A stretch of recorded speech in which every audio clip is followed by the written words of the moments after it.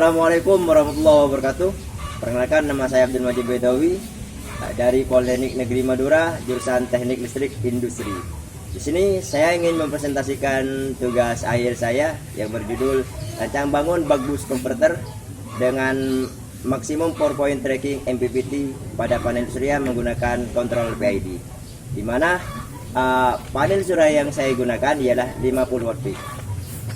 Apa itu MPPT? Di mana MPPT merupakan sebuah metode untuk mencari titik daya sebuah sumber energi untuk menghasilkan daya maksimum. Jadi agar tetap bisa bekerja pada daya maksimum. Lah, untuk metode MPPT ini ada dua metode, ada metode statik, ada metode dinamik. Metode statik ialah di mana panel surya dalam posisi tegak lurus terhadap permukaan bumi. Sedangkan metode dinamik ialah sistem tracking penjejak satu sumbu yang memungkinkan panel surya dalam bergerak mengikuti arah cahaya matahari. Dan yang saya pakai ialah metode statik. Lalu bagaimana caranya untuk mendapatkan daya maksimum? Yaitu dengan cara menaikkan atau menurunkan tegangan pada bug boost converter. Atau bahasa lainnya yaitu mengatur nilai duty cycle pada bug boost converter. Untuk kita mengetahui bagaimana dia itu daya maksimum, jadi di sini ada dua percobaan. Percobaan pertama, panel surya terhubung langsung dengan beban, di mana bebannya saya menggunakan air rheostat.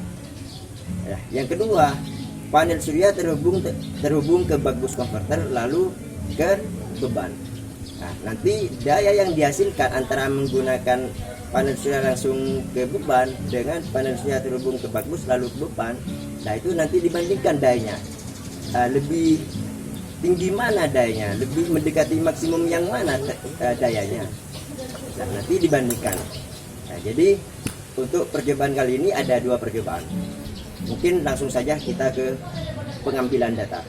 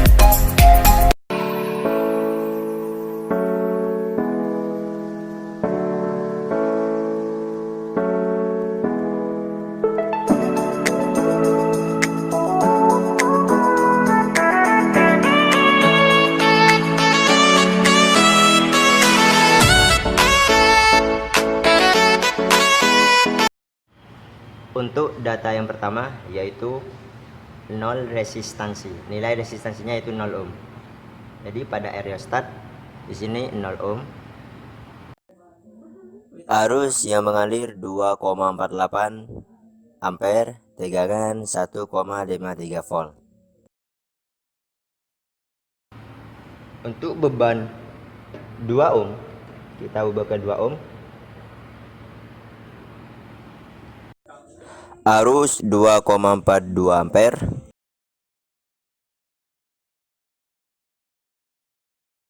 tegangan 7,28 volt. Kita pindah nilai resistansinya ke 4 ohm. Arus 2,13 ampere, tegangan 11,33 volt. Nilai resistansinya kita ubah ke 6.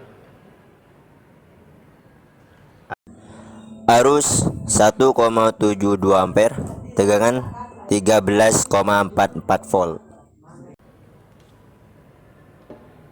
Nilai resistansinya kita ubah ke 8. Arus 1,46 ampere, tegangan 14,43 volt. Nilai resistansinya diubah ke 10 ohm. Arus 1,27 ampere, tegangan 15,05 volt. Kita ubah ke 12 ohm. Arus 1,08 ampere, tegangan 15,69 volt. Resistansinya kita ubah ke 14 ohm. Arus 0,91 ampere, tegangan 16,21 volt.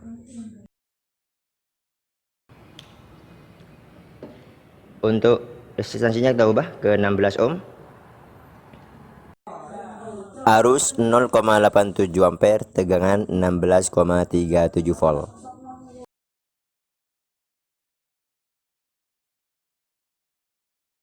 Untuk bebannya kita mulai dari resistansi 0. Untuk resistansi 0 kita nyalain sistemnya. Pada resistansi 0 tegangan ialah 14,37. Untuk arusnya 1,4. Kita rubah bebannya ke 2 ohm.